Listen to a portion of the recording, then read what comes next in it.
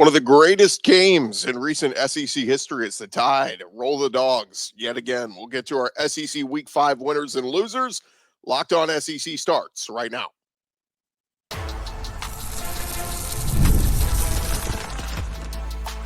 You are Locked On SEC, your daily podcast on the Southeastern Conference. Part of the Locked On Podcast Network, your team every day. And what's up, everybody? Welcome to Locked On SEC. It's great to have you guys along on today's show. We'll run through all of our who depressed and impressed in SEC Week 5. I'm Chris Gordy. Thanks for making Locked On SEC your first listen every day.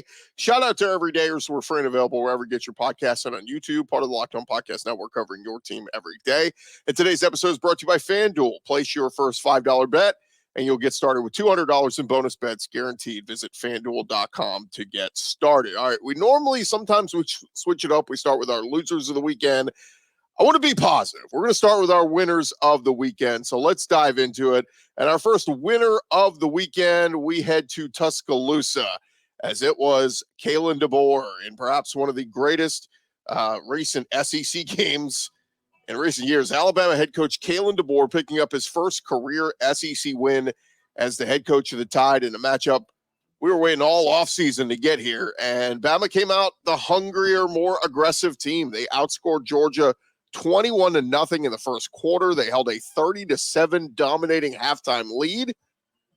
But Georgia did mount a comeback, even taking the lead in the final minutes before the Tide immediately responded and came back to win it 41-34. After the game, Kalen DeBoer saying, "We expect to win these games." Of course, the locker room is full of excitement, but I also want to make sure they realize that's the expectation. There's a lot of season left. Look, we said for the longest, whoever has to follow Nick Saban at Alabama is in trouble because, well, the expectation is the program would have some sort of drop-off. And coming into the season, I think majority of us, if you would have polled everybody and said, who's the best college football coach currently, I think most of us would have said Kirby Smart. But Kalen DeBoer certainly deserves a lot of praise for having Alabama sitting at 4-0 now with a monster win over the team that many people had as the preseason championship favorites. Tide have shown so far no signs of slippage under Kalen DeBoer, especially on offense. They went up to Wisconsin, won dominating fashion up there, and then they beat Georgia got out to the big first half lead like they did. And I do want to say here, it's not all sunshine. I do think if you have a 30-7 lead on an opponent in your house, you have to keep the foot on the gas pedal and put them away. Alabama was outscored 27-11 in the second half. And one moment in the game where DeBoer kind of lost his cool on a referee, red in the face, letting the officials have it for a missed pass interference call, I think kind of embraced the Alabama fans to him. Oh, he's got a little bit of a Saban in him, losing his cool on the referees. So that was cool to see. But at least for this week, any thought of Alabama slipping, going from Saban to DeBoer, not seeing it yet. So we'll see in the coming weeks. They do have a tough schedule remaining. But, Kalen DeBoer, congrats. Big, big win. Other impressed from this game, how about Ryan Williams? Yes, we know he's just 17. But I think it's worth repeating every time we hear it because he doesn't look like a 17-year-old and he doesn't play like a 17-year-old. Ryan Williams catching a 75-yard touchdown pass from Jalen Milroe with 2:18 to go. And Williams is, I don't even know how to describe the play that he made in tight coverage. Did a quick spin, two defenders right there, and just sprints down the right sideline. Williams said, I did a spin move and it was like in slow motion. It looked faster on the screen.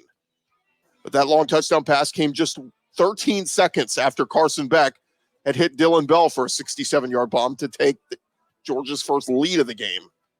Ryan Williams finishes the night with 6 catches, 177 yards, and a touchdown.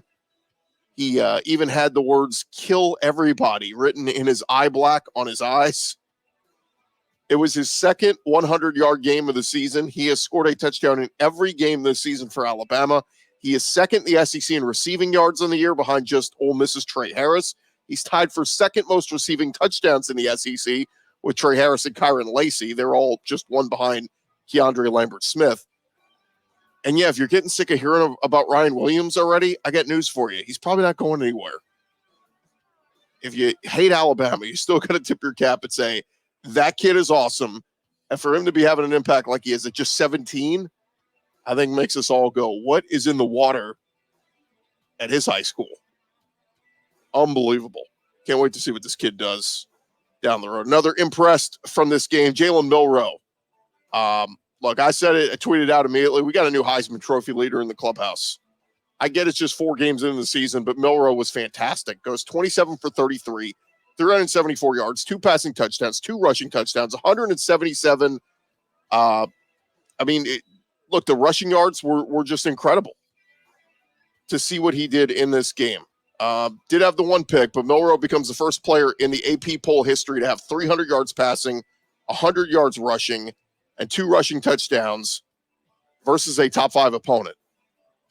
Shout out to Cole Kublik with that one. Yeah, 117 rushing yards on the night for Jalen Milroe. Ranking 5th in the nation in total QBR through the first 5 weeks, Milroe has thrown for nearly 1,000 yards, 10 touchdowns, with just the 1 interception.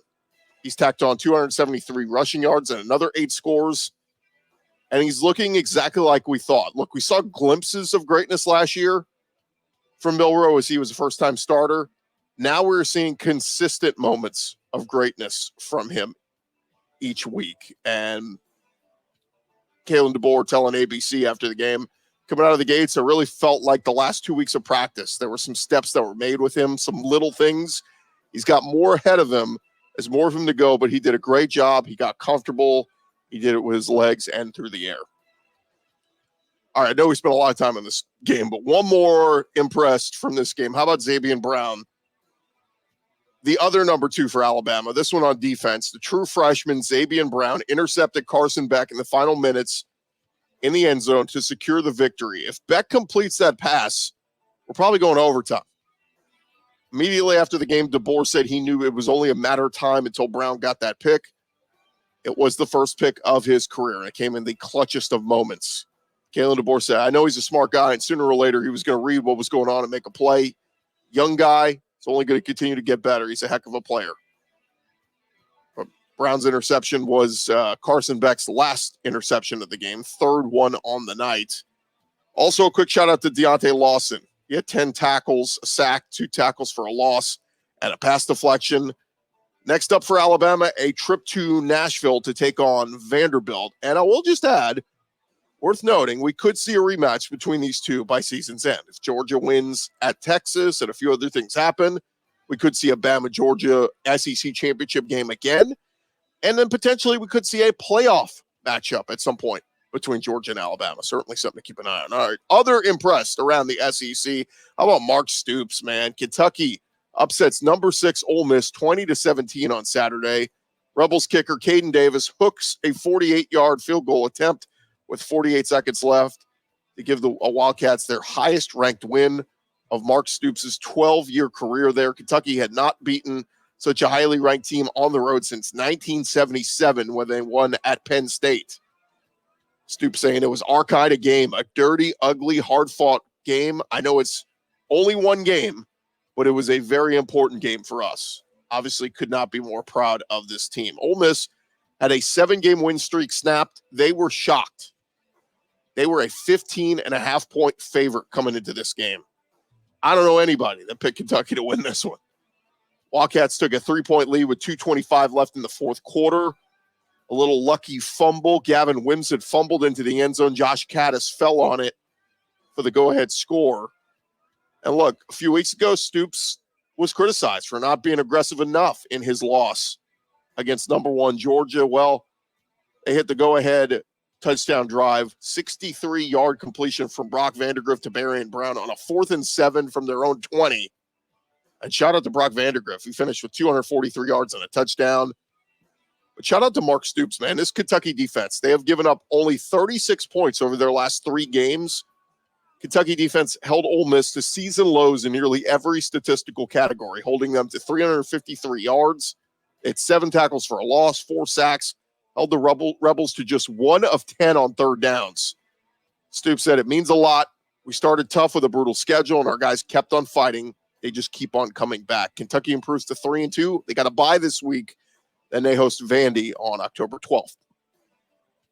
Another winner of the weekend, Kip Lewis, Oklahoma linebacker. If you didn't know the name before, get to know him. He returns an interception, 61 yards for the game-winning touchdown as number 21 Oklahoma rallied from an 11-point fourth-quarter deficit to win at Auburn 27-21 on Saturday for their first ever SEC win as a member of the conference. Lewis was making his return to the starting lineup after a 2-game absence, intercepted Payton Thorne, ran it all the way back with just over 4 minutes to play. It was Oklahoma's first SEC road game after leaving the Big 12.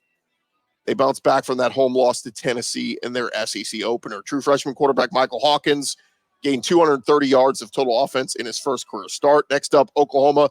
They have an off week before they host or take on number 1 Texas in Dallas on October 12th. Another winner of the weekend. How about Lebby and Moss over at Texas A&M? Moss was banged up and bottled up throughout their game against Arkansas, and A&M down 3 points in the fourth quarter. Lebby and Moss had 3 straight carries covering 46 yards to trigger their game-winning drive. Moss said after the game, we pound ourselves about finishing in the fourth quarter a lot. Finished with 12 carries, 110 yards. Aggies beat Arkansas 21-17 in Jerry's World, a spot they know all about, beating up on the Razorbacks. But since losing to Notre Dame in week 1, the 4-1 Aggies have built some momentum here under Mike Elko, the first-year head coach. Both of their SEC wins have been on the road, away from College Station. And pay attention to that A&M running game, man. They are second in the SEC in rushing yards per game, just behind Tennessee. And their quarterback, Marcel Reed, he has performed well since taking over at quarterback. There is some speculation Connor Wigman could possibly return this week, but Reed is 3-0 as a starter now this year, over 500 yards passing, 230 yards rushing, 6 passing touchdowns, 2 rushing touchdowns, no interceptions. Keep an eye on the Aggies. They got the big one this week. They host number 11 Mizzou Saturday morning. Another win of the weekend over in Austin. Arch Manning goes 26-31, 324 yards, 2 touchdowns, 33 yards rushing, and a rushing touchdown as Texas beat Mississippi State 35-13. It was Arch Manning's first game with 300 passing yards.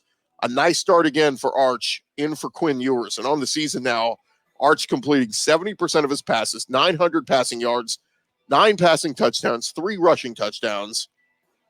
Ewers was listed as questionable this past week. He did practice. 5-0 Longhorns get their bye this week, and then is the all-important Red River rivalry game in Dallas. Tough day for Jaden Blue, the running back. He lost 2 fumbles, so not a complete game for Texas. They led just 7-6 approaching halftime before Arch connected on a long touchdown pass. They gave him a 14-6 halftime lead, but they were something like 37-point favorites over Mississippi State. So obviously a lot to improve on. How about the freshman outside linebacker Colin Simmons? 2 sacks on the day. He said after the game about OU, I mean, they got a good squad this year. A lot of the players on the team I know, I feel like we're going to dominate them. Colin Simmons giving out a little bulletin board material 2 weeks out from the Red River rivalry. We'll keep an eye on that one. Lastly, in the impressed category, over at LSU is the true freshman running back Caden Durham. 4-1 LSU disposed of South Alabama 42-10, primarily led early in this one by true freshman running back Caden Durham. He had 128 yards rushing, 89 yards receiving, 2 total touchdowns. He leads LSU in rushing yards now on the season, averaging almost 8.5 yards a carry, but just super impressive to put up 200 yards of offense on his first 7 touches of the game. He would leave with a foot injury. Brian Kelly saying he's going to be okay. Garrett Nussmeier, 400 yards on the day, 2 touchdowns, 2 picks, but LSU put up 667 yards of offense on the night. Kyron Lacey had his first 100-yard receiving game of the year, and a hat tip to LSU's defense. 10 points, the lowest they've allowed this year to an opponent. Linebackers Greg Penn, he had 14 tackles. Linebacker Whit Weeks with 9, and first game without Harold Perkins. They looked okay there at linebacker. Next up for LSU, they get a bye week before they host Ole Miss in Death Valley. All right, thank you guys for making Locked On SEC your first listen every day. Coming up next, we'll get to our losers of the weekend. That is coming your way here in just a second. Well, first, I want to remind you guys today's episode is presented to our friends over at FanDuel. And look, for NFL, college fans, you can start the season with a big return on FanDuel. They are America's #1 sports book. So when you get a hunch in the middle of the game, you can check out the latest stats, view live play-by-play, and so much more on the same page where you place your bets.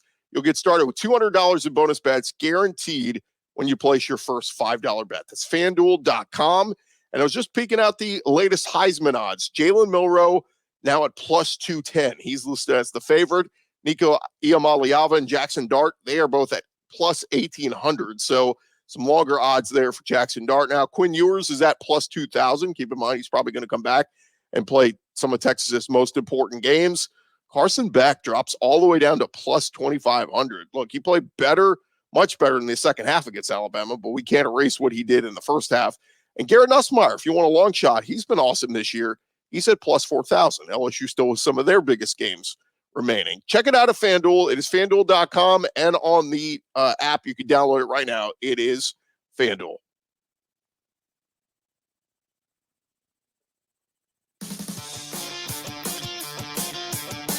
All right, roll along here. Locked On SEC. Thank you guys for making us your first listen every day. Shout out to everydayers each and every day. Keep checking us out, and we will bring you all the action, latest happenings going around the SEC with some special guests as well. All right, we did our winners of the weekend, and now let's get to our losers of the weekend, and we dive into it.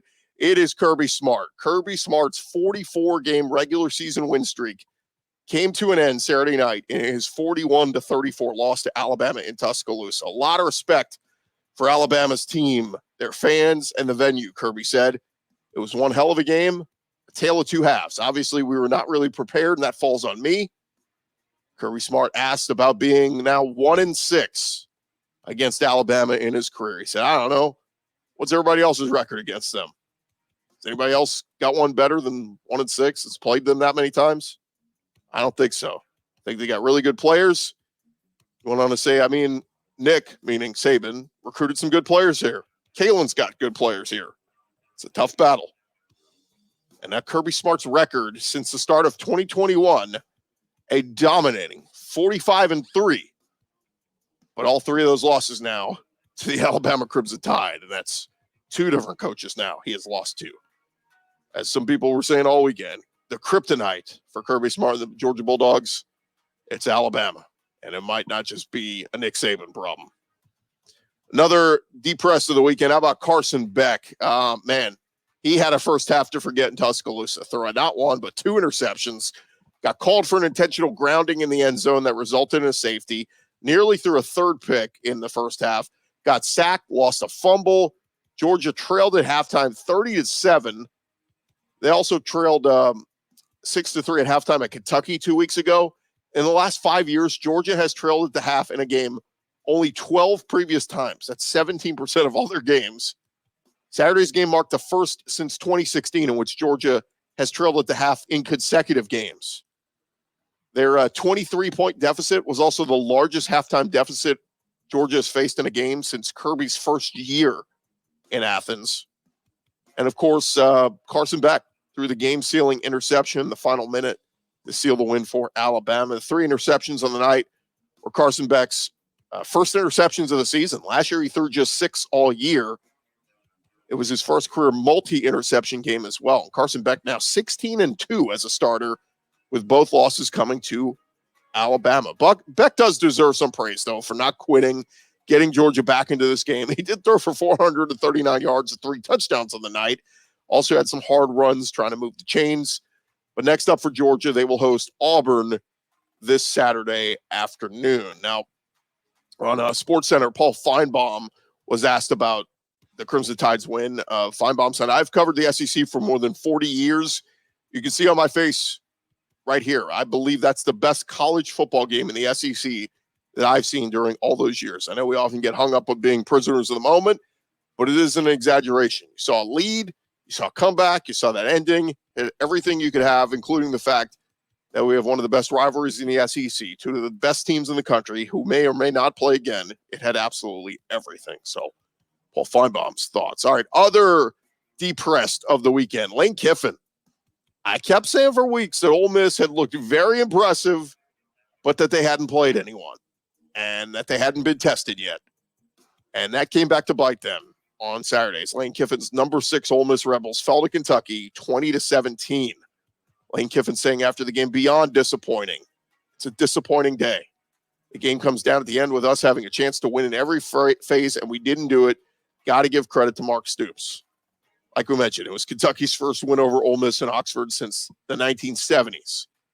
But Ole Miss came in averaging 55 points a game against lesser non-conference opponents, but they only found the end zone once in this one after their opening drive. Opening drive, they went right down the field, and then only saw it one more time the rest of the game. Rebels in their first 4 games, 700 yards of offense, 600 yards, 600 yards, 600 yards. Well, this game, just 353 yards of offense and just 1 of 10 on third downs. And now for Ole Miss, it's a tough road trip at 3-1 South Carolina before a road trip to Baton Rouge, a place they have not won since 2008. And still ahead, they got games against Oklahoma, Georgia. Lane Kiffin's group's going to have to dig deep. Also some rumblings about Lane Kiffin. You know, could this loss maybe put him one step closer to leaving for the Florida job? Just saying, it's being talked about out there. Another depressed. How about Jaxson Dart in this game, man? He clearly had his worst game of the season, completed just 66% of his passes. First game this year, he did not hit the 300-yard passing mark. Kentucky sacked him 4 times. He still leads the nation in passing at 323 yards per game, but they were dominant in time of possession by Kentucky. That O-line did not give Dart the time he needed. Obviously, he had it against Furman and Georgia Southern, had it against those teams. But Rebels did commit 8 penalties for 53 yards in the night. And like we mentioned, Dart's Heisman odds have dropped significantly. After the game, Heather Dinich on ESPN said, to lose at home to an unranked Kentucky squad, and it's not even the loss, but the lack of wiggle room they now have, heading into the heart of SEC play, Ole Miss has a tough stretch, and they have to be able to have a winning record against LSU, Oklahoma, and Georgia. That's what it's going to take for them to get into the college football playoff still, facing an uphill battle. All right, another depressed of the weekend. How about Hugh Freeze at Auburn? Auburn with a home loss to Oklahoma, 27-21. Penalties, questionable clock management, empty scoring drives, all haunting this Auburn team who have lost all 3 of their home games against power conference opponents. And now Auburn will start the toughest stretch of their schedule with a losing record. Auburn looked to be in a great spot here at home. They led 14-7 at halftime. They were up 21-10 to start the fourth quarter with a promising drive that ended in a missed field goal. But the most atrocious, with 4 minutes left in the game, an inexcusable 63-yard pick by Payton Thorne. Hugh Freeze saying after the game, I should not have put him in that position and have him have that option. It's one that stings for sure, and I got to help our team get over the edge when you have a chance to win in a game like that. That brings us to our next depressed. Payton Thorne. I'm sorry. Payton Thorne, he passed for 338 yards, 3 touchdowns. It was looking like it was going to be a great day for him. But his 6th interception of the season turns out to be the decisive play. Hugh Freeze saying, I've got to make sure that Payton understands the situation better. We should have had runs there. I have to be clearer with him on what we have to do there. Yeah, run the football. You have Jarquez Hunter, Tamari Alston. Run the football, Hugh. But turnovers have been a major issue for Auburn all season. They entered the game tied for the most turnovers in the country. While that was the only turnover of the game, it was a huge factor. Hugh Freeze shouldering more of the blame for the play strikes a different tone from last week when he allegedly threw his quarterbacks under the bus, according to some folks. But Payton Thorne talked about the frustration. He said, we played well for the most part. After a while, you get tired of the silver linings, to be honest with you. It gets old. Guys don't want to hear that. We're all competitors in here. You get tired of it after a while, and it is time to win. Next up, Auburn visits number 2 Georgia next Saturday. Going to be tough to win that one. All right, a few more depressed of the weekend real quick. Taylen Green over at Arkansas.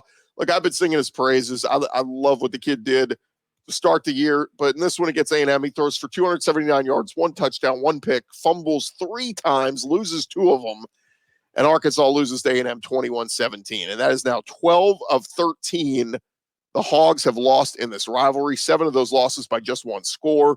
Jaquindon Jackson, I'm also putting in the depressed, one of the SEC's leading rushers, held to just 37 rushing yards on 10 carries.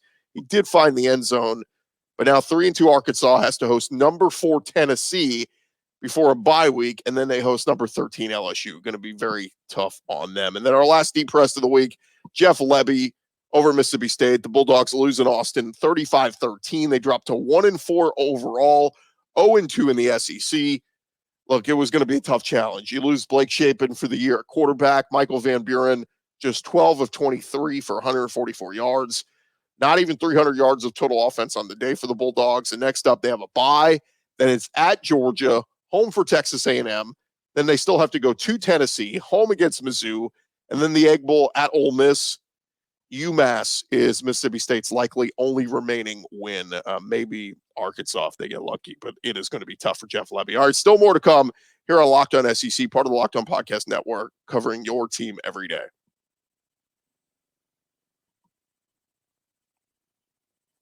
First, I want to remind you guys, today's episode presented to you by our friends over at the GameTime app. At GameTime, they got a new feature called GameTime Picks that makes getting tickets for your favorite live events even easier. GameTime Picks will filter out the fluff to show you only incredible deals on great seats, so you don't have to waste time searching through thousands of tickets. GameTime Picks, they tell you curation makes it easier to save more on sporting events. They got the all-in pricing feature. I love that one. You toggle it on, shows your total up front with no surprise fees at checkout. Of course, it's a great feature. They got the seat views. You can get a panoramic view from your seat in the app before you buy. Game time ticket coverage. Your purchase is covered with the most flexible customer service policy in the ticketing industry. Go take the guesswork out of buying tickets with Game Time. Download the Game Time app, create an account, use our code Locked On College, get $20 off your first purchase. Again, that's the Game Time app. Locked On College is the code. Get $20 off your purchase. It is the Game Time app. Check them out today.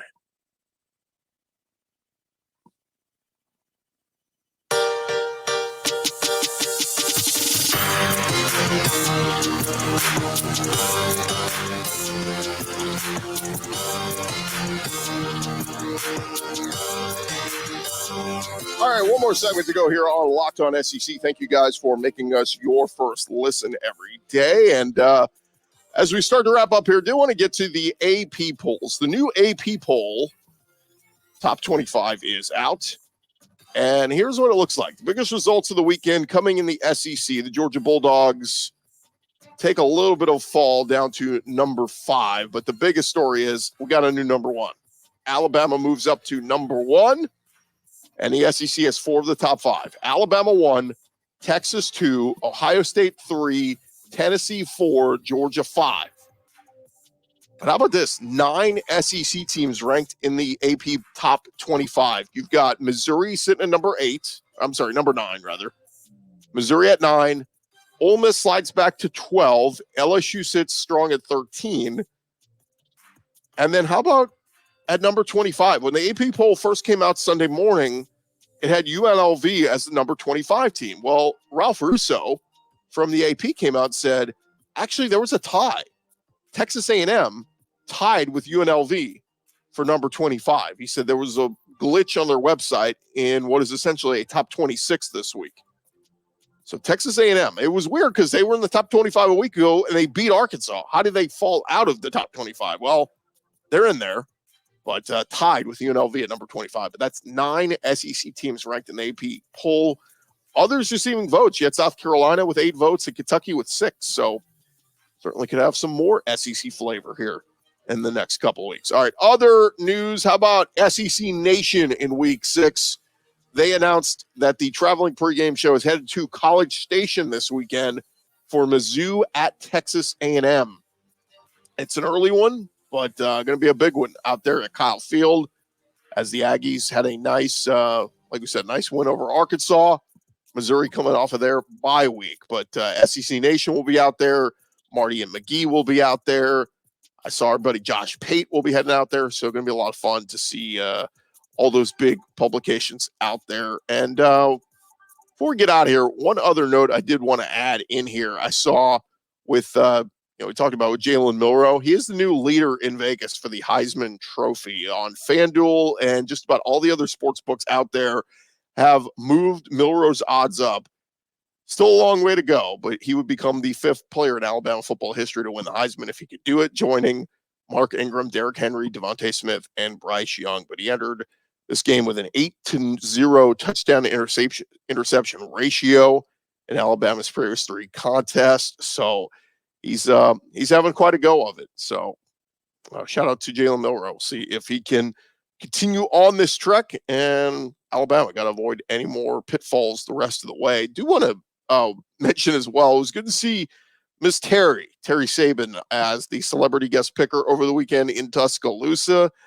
For the record, she went 7-2 overall in the 9 games that she picked. The best winning percentage so far this season for a guest picker on the show. And more importantly, she beat Nick Saban by a game. So kind of fun. That'll be something to watch over the rest of the season on College Game Day. They'll be able to continue to throw out to Nick that Ole Miss Terry beat him in picking the games. All right, thank you guys for making Locked On SEC your first listen every day. For your second listen, you can check out Locked On College Football, Spencer McLaughlin, like Locked On College Football on YouTube or wherever you listen to podcasts. I'm Chris Gordy. This has been Locked On SEC. You guys have a great day. We'll talk to you guys tomorrow. Come on back and see us.